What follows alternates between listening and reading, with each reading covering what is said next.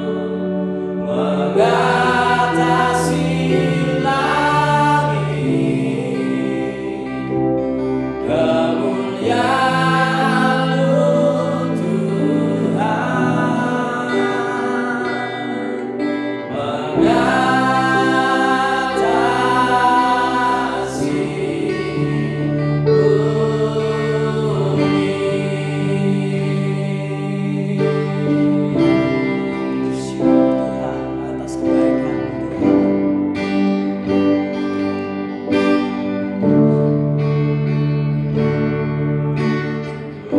Bersyukur padamu Tuhan.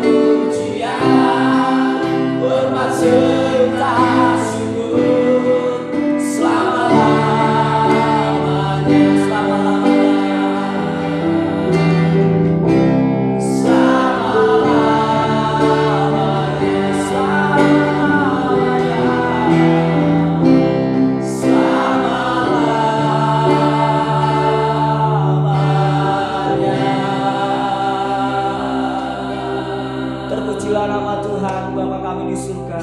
Saat pagi hari ini Tuhan, kami kembali Tuhan beribadah kepada Engkau Tuhan. Kami ucap syukur buat berkat kemurahan-Mu, buat pemeliharaan-Mu Tuhan yang begitu nyata Tuhan buat setiap kami Tuhan. Kami siap memberikan yang terbaik Tuhan untuk Engkau. Kami siap memuliakan Engkau lebih lagi Tuhan. Yang mau angkat suara kami Tuhan untuk menyatakan Tuhan bahwa Engkau baik Tuhan buat setiap kami. Terima kasih Tuhan, terima kasih buat setiap kebaikan-Mu. Dan Tuhan kami serahkan dan kuasa-Mu di dalam nama Tuhan Yesus. Haleluya. Amin. Shalom. Shalom. Mari saya undang Bapak Ibu Saudara yang terkasih dalam Tuhan untuk bangkit berdiri.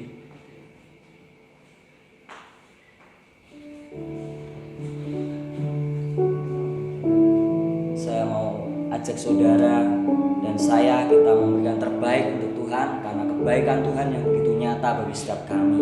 Mari kita angkat satu pujian, Engkau baik Tuhan. Menyembah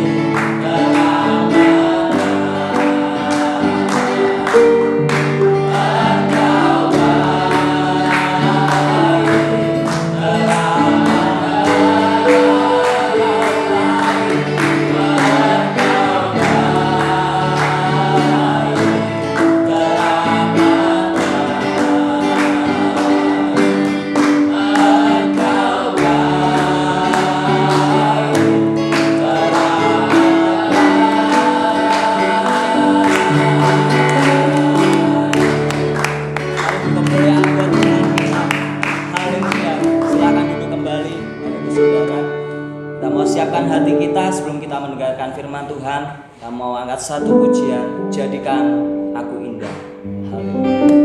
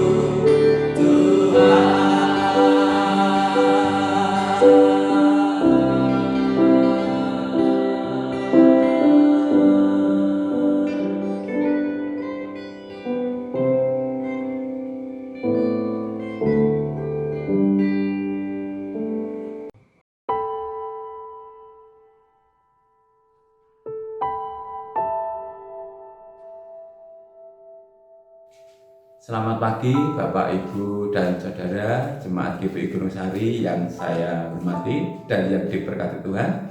Saat pagi hari ini kita bisa bertemu kembali walaupun secara virtual. Shalom, puji Tuhan Bapak, Ibu, dan Saudara yang diberkati Tuhan. Pagi hari ini saya ingin menyaksikan cinta kasih Tuhan yang telah diberikan kepada keluarga kami, khususnya juga kepada saya pribadi. Saudara yang diberkati Tuhan, pada bulan Juni ini Tuhan izinkan kami sekeluarga boleh mengalami sakit, ya, di mana istri juga sakit, Margarita juga sakit, dan saya sendiri juga sakit. Namun saya percaya itu mungkin Tuhan punya rencana yang terindah buat keluarga kami, Tuhan punya rencana yang terbaik buat keluarga kami. Dan di situ Bapak Ibu dan Saudara diberkati Tuhan, khususnya pada tanggal 9 Juni saya pertama kali yang jatuh sakit. Saya menderita sakit, itu menderita demam, kaki, tangan, dan seluruh tubuh saya ini serasa ngilu sekali, sakit sekali. Dan setelah itu saya pada sore harinya saya mandi. Dan saya mandi, di situ saya berpesan kepada anak dan istri, ini pintu kamar mandi tidak saya kancing, nanti kalau misalkan saya pingsan di dalam pintu silahkan dibuka. Begitu benar, saya mandi, saya selesai mandi dengan badannya sudah kedinginan, saya ambil anduk, saya pakaian, dan lalu saya tidur, selimut saya double, bantalan, dan di situ saya malam itu juga mulai badan ini sudah mulai terasa tidak enak, dan sampai pagi. Pada akhirnya saya pagi pun saya masih bertahan 1 hari, saya masih bertahankan, dan saya cuma minum Budrek Flu, dan Budrek Flu tidak mempan. Setelah itu anak saya Lucy, saya memberikan yang namanya Paratusin. Biasanya saya minum Paratusin 1 sudah sembuh, dan di situ namun setelah saya minum tidak ada reaksi apa-apa. Dan 2 hari kemudian saya punya inisiatif, saya bergegas untuk memeriksakan diri ke dokter. Saya periksa ke tempat Pak Sudir di Bandung sana, Dokter Sudir. Setelah saya periksa ke sana dan lumayan banyak ternyata yang sakit, yaitu saya dapat nomor 25. Nah, nomor 25 saya mengantri sampai selesai. Akhirnya saya disuntik, diberi obat, saya pulang. Namun sampainya di rumah saya minum obat dan saya tunggu sampai 2 hari, ternyata juga tidak ada reaksi apa-apa. Malah badan ini semakin sakit sampai kepala, sampai punggung, sampai kaki, dan seluruhnya terasa amat sakit sekali. Dan yang selanjutnya, setiap Lucy seringkali menengok sini, "Piye Pak, wis mari, wis engko rak mari dhewe." Dalam bahasa Jawanya seperti itu. Setiap kali itu dia bertanya begitu, dan dia tanya, "Pak, diperiksa Pak, ora usah, engko rak mari dhewe." Nah, saya seperti itu, saya bilang seperti itu. Dan selanjutnya dia juga pergi, dan pada sorenya saya diantar ke tempatnya Pak Wisnu. Pak Wisnu ternyata di sana saya juga dikasih obat dan saya minum. Namun bukan kesembuhan yang saya dapati, malah pagi hari yaitu saya semakin tidak bisa tidur karena merasakan kepala yang pusing, badan yang tidak enak sama sekali, semuanya terasa ngilu, semuanya terasa dipegang sedikit rasanya sakit sekali. Dan saya pertahankan lagi sampai beberapa hari kemudian. Dan yang terakhir, Lucy, "Ayo Pak, periksa ke Pak Bambang Kaliondo." Saya, "Tidak usah, engkau ya mari dewi." Saya bilang seperti itu. Dan setelah itu ketika saya pertahankan, namun Lucy melihat mungkin tidak tega melihat saya diajak ke Pak Bambang. Di sana saya juga disuntik dan diperiksa oleh Pak Bambang. Pulang dari sana obat saya minum, dan ternyata beberapa hari kemudian itu sakitnya tidak semakin sembuh, namun semakin menjadi-jadi sampai saya yang biasanya itu masih bisa bangun, saya tidak bisa bangun. Dan yang bangunnya cuma paling mau ke belakang, mau ke dapur, mau ambil minum, itu pun saya harus menahan sakit sampai dari mulai kepala sampai tangan, kaki, semua itu merasakan sakit sampai perut ini rasanya sakit sekali. Dan setelah masih saya pertahankan beberapa hari kemudian, dan tepatnya tanggal 18 Juni 2021, Lucy melihat saya itu mungkin tidak tega. "Pak, Bapak harus ke dokter, Bapak harus ke rumah sakit, Bapak harus opnam." "Tidak usah, nanti saya sembuh sendiri." Dan di situ ketika itu juga istri saya melihat kalau saya tidur sebentar, karena saya tidak bisa tidur, kepala pusing dan seluruh tubuh ini sakit. Dan di situ pula saya kalau mau bernafas itu kalau tidur agak kesulitan, dan saya di situ dibangun dengan istri saya juga tidak tahu dia punya inisiatif dari mana. Dia ingat itu Pak Sampurno, lalu dia menghubungi Pak Sampurno dan menceritakan kondisi keadaan tubuh saya saat ini. Dan seperti itu saudara yang diberkati Tuhan, ketika Pak Sampurno mendengar itu, dan Pak Sampurno langsung mau bernelpon ke tempat DKT. Di situ masih ada kamar enggak. Nah, ternyata puji Tuhan di situ karena Pak Sampurno juga punya teman di situ, dan saya boleh diizinkan, yaitu pada malam harinya sekitar 7:30 atau jam 7 itu saya diantar oleh Yosef dan Lucy ya. Yosef dan Lucy ke DKT.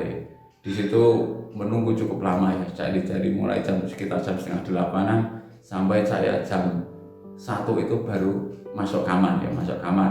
Dan diantar ke kamar, dan di situ sudah diperiksa semua, saya dikasih infus, saya diantar di kamar. Dan di situ pun perawat juga menanyakan, Bapak sendiri berani, Bapak bawa HP, bawa. Nah, ketika itu juga perawat menanyakan seperti itu, terus saya diantar ke kamar, sampai di kamar, nanti kalau ada apa-apa hubungi ini ya Pak, nomor kantor, nomor bangsal, dan nanti saya siap untuk ke situ. Ya, di puji Tuhan, Bapak Ibu dan Saudara diberkati Tuhan. Kalau Tuhan pun masih mengizinkan 3 hari lamanya saya di rumah sakit itu masih menderita kesakitan yang luar biasa, sampai saya itu mau bernafas itu pun agak kesulitan ya. Di situ ada oksigen, namun oksigen tidak saya pakai karena saya melihat kabel-kabel ada di selang-selang itu, saya merasa justru saya merasa ketakutan dan saya tidak pakai. Namun 3 hari kemudian mulai dikasih obat, dikasih suntikan, diinfus, dikasih suntikan di sini perut kanan, perut kiri, itu terus dikasih tiap hari itu dikasih perut kanan, perut kiri, itu sampai akhirnya Tuhan mengizinkan 4 hari kemudian saya sudah merasakan kelegaan ya, badan sudah enak, tubuh sudah mulai enak, makan pun sudah mulai enak. Sebelumnya makan sedikit aja enggak bisa. Kalau di rumah makan 3 sendok itu pun sudah bagus, enggak bisa. Kalau makan mau balik kembali, mau minum balik kembali. Dan di situ setelah di rumah sakit 3 hari saya juga seperti itu, dan 4 hari kemudian saya sudah merasakan enak. Saya sudah bisa apa-apa sendiri, dan sudah bisa. Di situ saya dirawat oleh perawat di DKT. Ada perawatnya ya sangat ramah sekali, dan dia merawat dengan ketulusan hati. Selanjutnya Bapak Ibu dan Saudara diberkati Tuhan, pada hari yang ke-6 Tuhan izinkan saya boleh pulang. Dokter boleh mengizinkan untuk saya boleh pulang, dan saya dikasih obat lagi, saya pulang dijemput oleh Lucy dan Ton.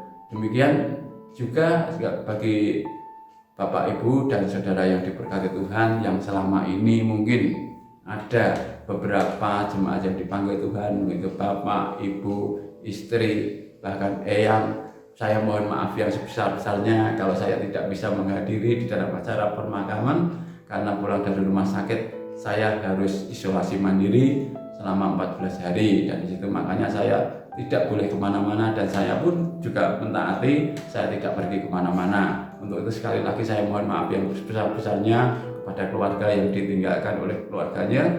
Biarlah inilah kesaksian yang bisa saya berikan, dan sampai saat ini Tuhan memberikan kekuatan, Tuhan memberikan perlindungan sehingga saya bisa sehat kembali. Inilah kesaksian. Terima kasih, Tuhan memberkati.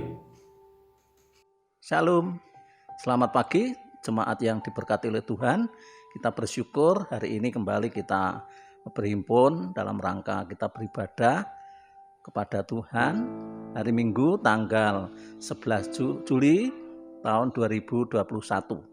Mari pada pagi hari ini kita persiapkan hati kita setelah kita memuji-muji Tuhan, dan kita setelah mendengarkan kesaksian dari keluarga Bapak Ibu Budi Stresno.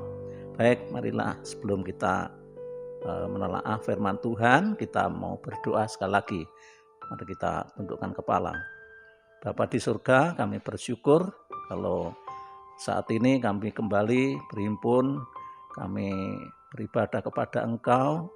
Kami percaya Tuhan, Engkau menghargai waktu yang kami sediakan untuk kami muji-muji Engkau, menyembah nama-Mu, dan sebentar kami boleh mendengarkan sebagian daripada firman Allah. Olehnya Bapa, Engkau membuka tiap hati kami, pikiran kami, dan seluruh keberadaan kami, sehingga firman Allah yang kami dengar pada pagi hari ini menjadi berkat bagi kami Tuhan. Berfirmanlah Engkau dan kami siap mendengar serta melakukannya di dalam nama Tuhan kami Yesus Kristus. Haleluya. Amin. Ya, puji Tuhan. Langsung saja saya akan bacakan tema sesuai dengan jadwal dari BPH tanggal 11 Juli tahun 2021, yaitu integritas dalam pekerjaan. Integritas dalam pekerjaan. Adapun tujuannya Yang pertama, jadi tujuannya ada dua. Jemaat memiliki integritas di dalam dunia kerja sehingga tidak menjadi batu sandungan. Ini yang pertama. Sekali lagi saya bacakan. Tujuannya jemaat memiliki integritas di dalam dunia kerja sehingga tidak menjadi batu sandungan. Yang kedua, jemaat memuliakan nama Tuhan melalui pekerjaan. Nah, adapun dasarnya yaitu di dalam 1 Samuel pasal 17 ayat 15. 1 Samuel pasal 15 ayat yang ke-17. Saya ulangi. 1 Samuel 17 ayat 15. Kita buka Alkitab kita.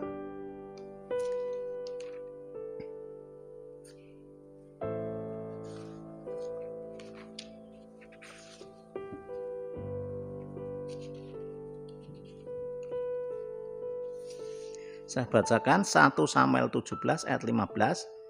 Tetapi Daud selalu pulang daripada Saul untuk menggembalakan domba ayahnya di Bethlehem. Sekali lagi, tetapi Daud selalu pulang daripada Saul untuk menggembalakan domba ayahnya di Bethlehem. Saudara-saudara yang terkasih, kita tahu bahwa seorang raja yang namanya Daud itu bukan karena sebuah keberuntungan, ya, karena dia waktu itu dikatakan dalam ayat 15 ini itu Daud menjadi seorang gembala beberapa ekor domba milik ayahnya. Nah, tadi saya katakan bahwa temanya adalah integritas dalam pekerjaan. Nah, kembali saya akan sampaikan arti integritas dulu, ya. Dalam Kamus Bahasa Indonesia, tulisan Bapak Purwodarminto, dia mengatakan bahwa integritas artinya kebulatan. Bulatan tekad ini maksudnya. Yang kedua artinya kejujuran. Ya. Jadi ada dua arti dalam bahasa Indonesia, integritas itu kebulatan dan kejujuran. Ini bahasa Indonesia. Nah, sekarang mari kita melihat sosok atau tokoh di dalam Alkitab ini yang namanya Daud. Yang pertama, dia mempunyai sebuah integritas yang luar biasa.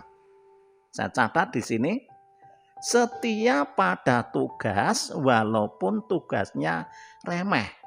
Ya, kelihatannya sebagai gembala beberapa ekor domba kelihatannya remeh. Ya, padahal ketiga kakaknya itu menjadi prajurit Raja Saul waktu itu. Nah, Daud ketika kepada Saul datang ke sana, kemudian melihat kakak-kakaknya justru malah dihina.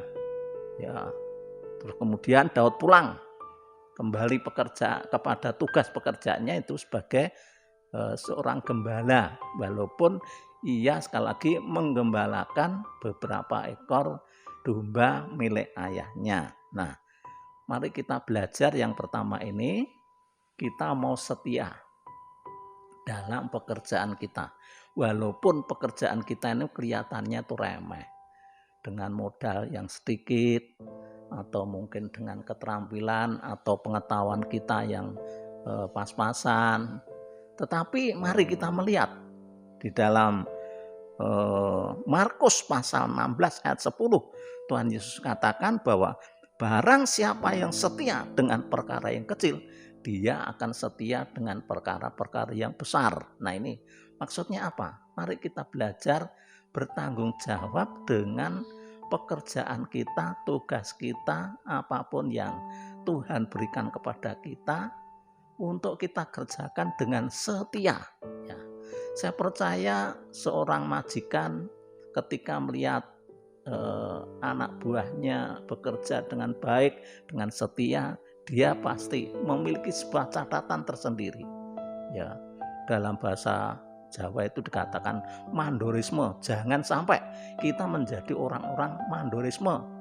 Jadi misalnya begini, misalnya pada waktu kita kerja terus ditunggui atau diawasi majikan kita, diawasi atasan kita, atau seorang bekerja diawasi mandornya, dia kelihatan kerja dengan rajin, kelihatannya dengan giat, tapi nanti setelah mandornya pergi dia leha-leha, dia enak-enak. Nah, itu bukan seperti itu ya, diharapkan tidak seperti itu. Mari ditunggoni atau diawasi atau tidak, kita wajib melaksanakan tugas kita, pekerjaan kita, ya beban-beban yang diberikan kepada kita dengan baik dan setia.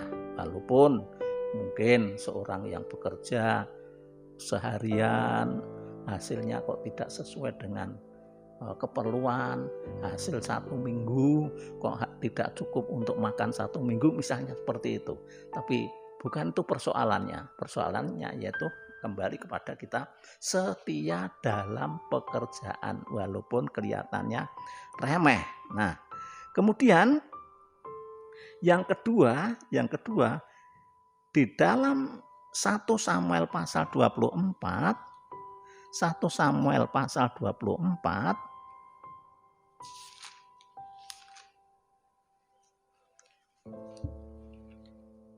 1 Samuel pasal 24 ayatnya yang ke-5 sampai 8. Akan saya bacakan. Lalu berkatalah orang-orangnya kepada Daud, telah tiba hari yang dikatakan Tuhan kepadamu. Sesungguhnya aku menyerahkan musuhmu ke dalam tanganmu. Maka perbuatlah kepadanya apa yang kau pandang baik. Maka Daud bangun, lalu memotong punca jubah Saul dengan diam-diam. Kemudian berdebar-debarlah hati Daud karena ia telah memotong punca Saul. Lalu berkatalah ia, Daud, kepada orang-orangnya, dijauhkan Tuhanlah kiranya daripadaku untuk melakukan yang demikian kepada tuanku, kepada orang yang diurapi Tuhan, yakni menjamah dia, sebab dialah orang yang diurapi Tuhan. Ayat 8. Dan Daud mencegah orang-orangnya dengan perkataan itu. Ia tidak mengizinkan mereka bangkit menyerang Saul. Sementara itu Saul telah bangun meninggalkan gua itu, hendak melanjutkan perjalanannya. Nah, ini cerita singkatnya. Ketika itu Saul itu membenci Daud. Ya, Saul membenci Daud dan berusaha untuk membunuhnya. Kemudian karena ketakutan, Daud juga melarikan diri. Tapi di satu kesempatan waktu itu, Raja Saul sedang mengejar Daud, kemudian dia beristirahat di sebuah gua, mungkin karena lelah, karena capek. Dan akhirnya ayat 5-8 dikatakan tadi apa? Maka kemudian Daud kepingin membalas, sebetulnya pengen balas, yaitu dia memotong punca. Punca itu ada jubahnya si Saul ini kemudian dipotong. Tapi apa akibatnya? Dia menyesal, dia berdebar-debar. Waduh, ini seorang raja. Raja Saul ini walaupun jahat kepadaku, walaupun ingin membunuh aku, tetapi karena ini orang yang diurapi Tuhan, aku tidak akan berbuat jahat kepada Raja Saul. Dan kemudian anak buah Daud juga diingatkan, jangan berbuat jahat, karena dia, Saul ini adalah seorang raja yang diurapi oleh Tuhan. Nah, yang kedua ini di dalam pekerjaan kita, yuk kita memiliki satu pengabdian yang luar biasa. Ya, kita memiliki pengabdian yang luar biasa. Mengabdi, ya, posisi kita sebagai seorang abdi, ya, seperti seorang pesuruh. Mari kita lakukan, ya, tanpa kita ini menaruh rasa, ada rasa dendam. Mungkin ada orang yang mengejek kita ketika kita mengerjakan sesuatu, ya, dan kemudian tidak ada orang yang berterima kasih kepada kita. Tetapi ketika kita memiliki jiwa pengabdian, ya semuanya boleh berlalu ya.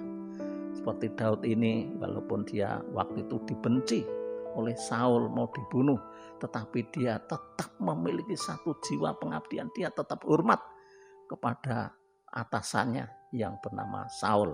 Nah, di dalam kehidupan kita, mari saudara, kita juga memiliki pengabdian ya. Khususnya di dalam pekerjaan Tuhan di gereja kita ini, orang-orang yang mengabdi kepada Tuhan dengan sungguh-sungguh. Di PPA ada ya orang-orang yang mengabdi untuk anak-anak PPA, guru-guru sekolah minggu, pengurus gereja, ya pengurus-pengurus kelompok-kelompok sel, pengurus-pengurus yang lain. Mungkin kita ini kurang dihargai, atau mungkin gembala sidang seringkali tidak mengucapkan terima kasih ketika Anda sudah melakukan satu tugas yang baik dan dapat dirasakan oleh banyak orang. Mungkin hamba Tuhan juga kurang menghargai, ya mungkin kurang berterima kasih, tetapi mari kita belajar seperti Paulus katakan, ketika engkau mengerjakan sesuatu, hendaklah engkau mengerjakannya dengan sungguh-sungguh seperti kepada Tuhan, bukan kepada manusia. Jadi ketika kita mengerjakan sesuatu, kita memiliki jiwa pengabdian yang luar biasa, maka saya percaya Tuhan akan memberikan upah tepat pada waktunya. Nah, mari saudara-saudara, yang kedua ini kita camkan dalam kehidupan kita. Milikilah jiwa pengabdian yang tulus. Nah, jadi itu tadi yang kedua, yaitu setia mengabdi atau memiliki jiwa pengabdian yang tulus. Kemudian saudara-saudara, yang ketiga, kita masih melihat dan mempelajari satu pribadi sosok yang namanya Daud. Nah, yang ketiga saya catat, mau mengakui dosa dan bertobat. Mau mengakui dosa dan bertobat. Nah, ini dasar ayatnya di dalam poin yang ketiga ini, 2 Samuel pasal 12. 2 Samuel pasal 12 ayat 7 sampai 13 akan saya bacakan. Saudara boleh perhatikan. Kemudian berkatalah Natan kepada Daud, engkaulah orang itu. Beginilah firman Tuhan Allah Israel. Akulah yang mengurapi engkau menjadi raja atas Israel, dan akulah yang melepaskan engkau dari tangan Saul. Telah kuberikan isi rumah tuanmu kepadamu, dan istri-istri tuanmu ke dalam pangkuanmu. Aku telah memberikan kepadamu kaum Israel dan Yehuda. Dan seandainya itu belum cukup, tentu kutambah lagi ini dan itu kepadamu. Mengapa engkau menghina Tuhan dengan melakukan apa yang jahat di matanya? Uria, orang Het itu, kau biarkan ditewaskan dengan pedang, istrinya kau ambil menjadi istrimu, dan dia sendiri telah kau biarkan dibunuh oleh pedang Bani Amon. 10. Oleh sebab itu pedang tidak akan menyingkir dari keturunanmu sampai selama-lamanya. Karena engkau telah menghina aku dan mengambil istri Uria orang Het itu untuk menjadi istrimu. Beginilah firman Tuhan, bahwasanya malapetaka akan kutimpakan ke atasmu yang datang dari kaum keluargamu sendiri. Aku akan mengambil istri-istrimu di depan matamu dan memberikannya kepada orang lain. Orang itu akan tidur dengan istri-istrimu di siang hari. Sebab engkau telah melakukan secara tersembunyi, tetapi aku akan melakukan hal itu di depan seluruh Israel secara terang-terangan. Lalu berkatalah Daud kepada Natan, aku telah berdosa kepada Tuhan. Dan Natan berkata kepada Daud, Tuhan telah menjauhkan dosamu itu, engkau tidak akan mati. Walaupun demikian, karena engkau dengan keturunan, saya ulangi, walaupun demikian karena engkau dengan perbuatanmu ini telah sangat menista Tuhan, pastilah anak yang lahir bagimu itu akan mati. Nah, puji Tuhan. Nah, yang ketiga ini diceritakan waktu itu Daud sudah menjadi seorang raja, ya. Jadi prosesnya, ya, Daud dari gembala domba beberapa ekor, kemudian dia dipercaya oleh Tuhan, ya, dalam kurun waktu sekian tahun, 10 tahun mungkin. Nah, kemudian dia menjadi raja. Tetapi apa yang terjadi? Apa yang terjadi? Perikop tadi sebagian saya bacakan, ternyata Daud sebagai seorang raja, dia pun ternyata tidak kebal dosa. Sekali lagi, Daud sebagai seorang raja, orang yang dekat dengan Tuhan, ternyata dia juga tidak kebal dosa. Terbukti dia juga berbuat dosa. Dosanya apa? Nah, dosanya adalah ketika tentaranya atau panglima tentaranya yang bernama Uria disuruh maju perang dan kemudian mati di medan pertempuran. Istrinya Uria diambil menjadi istrinya Daud. Padahal Daud dikatakan tadi sudah mempunyai beberapa orang istri. Malah Tuhan katakan lewat Natan, kalau masih kurang akan kutambah. Loh, ini loh. Jadi sedekat apapun seseorang dengan Tuhan, itu bisa jatuh. Ya, Daud terbukti ini sebagai contoh yang tidak baik, jatuh di dalam perzinahan. Nah, saudaraku yang terkasih, ya, kita sebagai orang-orang Kristen, bukankah kita sering jatuh? Ya.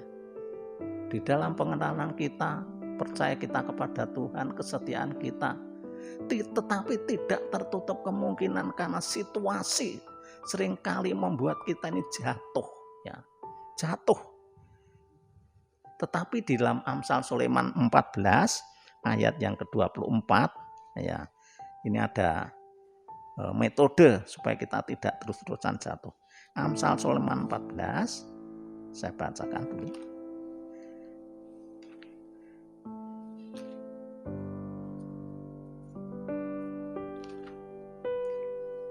Amsal Sulaiman 24 saya maksud.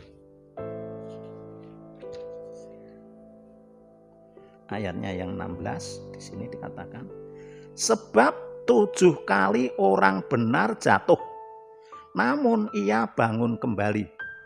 Tetapi orang fasik akan roboh dalam bencana. Sekali lagi, dalam Amsal Sulaiman 24 ayat 16, sebab 7 kali orang benar jatuh, namun ia bangun kembali.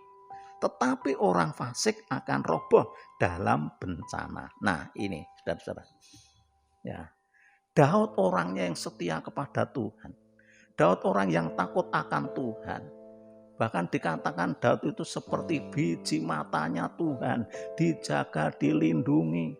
Tetapi ternyata ada satu saat, ya, ada satu peluang dosa di mana dia masuk di dalam peluang itu dan akhirnya dia jatuh. Ya, jatuh. Dan akhirnya apa yang terjadi? Dia ditegur. Ya, dia ditegur habis-habisan oleh seorang nabi yang namanya Nabi Natan. Ditonjok kemudian, engkaulah seorang yang berdosa. Ya, istrimu itu sudah banyak, harta bendamu banyak, tapi kamu masih menginginkan istri orang lain, yaitu istri Uria. Uria kamu suruh maju perang dan kemudian dia gugur di sana dan akhirnya istri Uria kamu ambil menjadi istrinya. Dan dikatakan anak yang kamu lahirkan, yang dilahirkan dari istrinya Uria, karena perbuatanmu anaknya itu akan mati. Nah, ini saudara-saudara, sekali lagi, siapapun kita, Ya, sekali lagi. 1 kali, 2 kali atau mungkin beberapa kali pernah jatuh, ya, pernah jatuh karena sesuatu ya dosa yang mengintip dalam kehidupan kita. Kita seringkali memberikan peluang kepada kuasa lain untuk kita masuk di dalamnya dan kemudian kita jatuh terjerembab di sana, saudaraku. Nah, sekarang mari kita melihat apakah pengurus gereja tidak ada yang pernah jatuh? Apakah ada hamba Tuhan yang tidak pernah jatuh? Semuanya pernah jatuh. Semuanya pernah terpeleset. Nah, mari kita ya tidak akan mengadili orang per orang. Apalagi firman Tuhan katakan ya pembelaan itu hakku. Jadi ketika kita jatuh di dalam perjalanan kehidupan kita ini, jatuh di dalam dosa, mari kita kembali kepada Tuhan. Sebab dikatakan tadi apa? Orang benar bisa sampai 7 kali, 8 kali jatuh, tetapi dia tetap bangun. Ya, sekali lagi saya bacakan ini.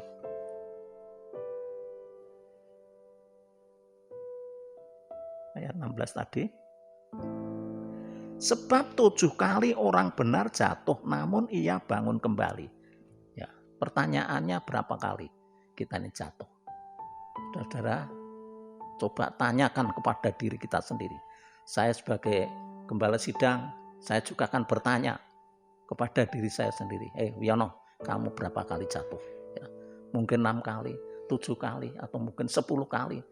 Tetapi saya akan bangkit seperti firman Tuhan katakan. Mari kita semuanya, ketika kita dalam menjalani kehidupan, kita disibukkan dengan pekerjaan, dan kemudian ada satu peluang, kita 1 kali jatuh, tapi mari kita dikatakan bahwa orang benar bisa 7 kali jatuh, tetapi mari bangun kembali.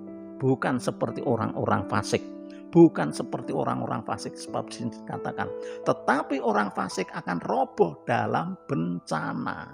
Nah, mari apa yang kita perbuat sekarang, mari mengevaluasi diri. Kita tidak akan menyalahkan si A si B, kita tidak akan menghakimi hamba Tuhan, kita tidak akan menghakimi orang-orang tertentu yang jatuh. Tetapi pertanyaan kita pada pagi hari ini, bagaimana sikap hati kita ketika ada orang-orang Kristen jatuh, ada jemaat yang jatuh, mungkin jatuh dalam perekonomian. Nah, sikap kita bagaimana? Ada hamba Tuhan yang jatuh, kemudian yang lain bagaimana? Apakah jemaat menopang di dalam doa supaya hamba Tuhan ini bangkit? Satu contoh yang dilakukan oleh Musa dan Harun. Ketika Musa menghadapi peperangan, dia juga capek. Ya, menghadapi orang Filistin capek. Akhirnya apa yang terjadi? Kalau itu dibiarkan, Musa akan kalah. Maka kemudian pembantunya yang namanya Harun, dia mengangkat tangannya. Ya, dia menyangga tangannya ini. Kemudian ketika tangan Musa diangkat tinggi-tinggi, maka orang-orang Israel menang di dalam menghadapi peperangan. Demikian juga dalam kehidupan kita. Kalau ada hamba Tuhan, kalau ada orang Kristen jatuh, mari kita angkat mereka. Bukan kita, dalam bahasa Jawanya, nyukurke. Ya. Jangan sampai ada di antara kita. Kalau ada seseorang yang jatuh, kemudian kita nyukurke, wah itu akibat dia jauh dari Tuhan. Ya belum tentu. Daud kurang apa? Kurang dekat apa? Daud orangnya dekat dengan Tuhan, tetapi toh ternyata 1 kali dia bisa jatuh. Tetapi dia bertobat, dia katakan, aku telah berdosa kepada Tuhan, aku minta ampun.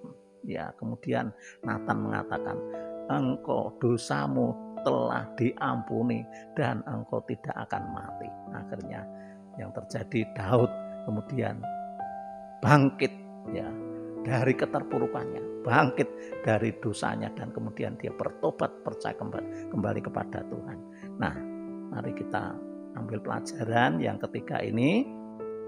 Kita sebagai anak-anak Tuhan, kita satu tubuh di dalam Kristus. Kalau ada salah satu anggota tubuh Kristus yang jatuh, mari kita doakan. Ya, kita doakan, kalau perlu kita tolong, ya kita berikan satu motivasi untuk mereka bangkit kembali. Kalau mereka jatuh di dalam iman, mereka tidak lagi percaya kepada Tuhan, mereka jatuh dengan berbagai macam persoalan, mari kita ya tim perkunjungan bukan hanya berkunjung, tetapi mari memberikan motivasi. Dan jangan jaga ke tim perkunjungan saja, tapi yang lain, karena kita sehati, sepikir, senasib, sepenanggungan di dalam Tuhan. Ketika ada orang-orang Kristen yang jatuh, mari kita membangkitkan mereka supaya mereka juga menjadi orang Kristen yang kuat. Itu. Jadi yang ketiga itu kesimpulannya, mari kita saling memperhatikan. Ya. Sekuat apapun kita, satu kali kalau kita lengah, kita bisa jatuh. Sekali lagi, mari kalau ada saudara kita yang jatuh dalam bidang ekonomi, jatuh dalam iman, jatuh dalam kelemahan, jatuh dalam kesehatannya terganggu, ya ada rasa kita ini merasa menolong mereka karena mereka satu tubuh di dalam Kristus. Nah, ini yang ketiga ini juga tidak kalah pentingnya harus kita perhatikan dalam kehidupan kita. Jadi kesimpulan firman Tuhan pada pagi hari ini yaitu milikilah integritas dalam pekerjaan. Ya, jadi yang pertama yaitu setia pada tugas walaupun tugasnya kelihatannya remeh. Kemudian yang kedua, setia mengabdi dengan tulus. Yang ketiga, mau mengakui dosa dan bertobat. Mau mengakui dosa dan bertobat. Di tiga hal ini tanamkan dalam hati kita masing-masing supaya langkah-langkah kita berikutnya dalam perjalanan kehidupan yang penuh dengan persaingan ini, mari kita tetap ada di dalam perlindungan Tuhan, penyertaan Tuhan, ya, kekuatan Tuhan terus ada di dalam kehidupan kita untuk kita melangkah dalam kehidupan ini. Puji Tuhan. Baik, mari kita tutup dalam doa. Mari kita berdoa bersama-sama. Bapa di surga, kami bersyukur untuk saat ini kami boleh mendengarkan sebagian daripada firman-Mu. Biarlah Roh Kudus Engkau lebih jauh menerjemahkan dan menjelaskan di dalam tiap pribadi kami. Tanamkan firman-Mu di dalam hati kami masing-masing sehingga kami dapat mengerti apa arti kehidupan ini. Kami mempunyai integritas di dalam pekerjaan Tuhan. Kami mau setia dengan pekerjaan kami walaupun kelihatannya remeh, walaupun kelihatannya hasilnya tidak memadai sesuai dengan kebutuhan kami. Dan kami mau Tuhan memiliki jiwa pengabdian yang tulus. Kemudian ketika kami Tuhan tersandung, kami mau mengakui dosa kami mohon ampun akan kelemahan kekurangan kami, dan kami mau bertobat meninggalkan Tuhan kelemahan-kelemahan dan dosa kami. Sehingga Tuhan kami akan bangkit menjadi orang-orang Kristen yang kuat dan memiliki jiwa yang terus berpadanan dengan firman-Mu. Terima kasih Bapa, Engkau memberkati seluruh jemaat-Mu tanpa terkecuali yang hari ini mereka berhimpun bersama. Inilah doa kami Tuhan, dalam nama Yesus kami berdoa. Haleluya. Amin.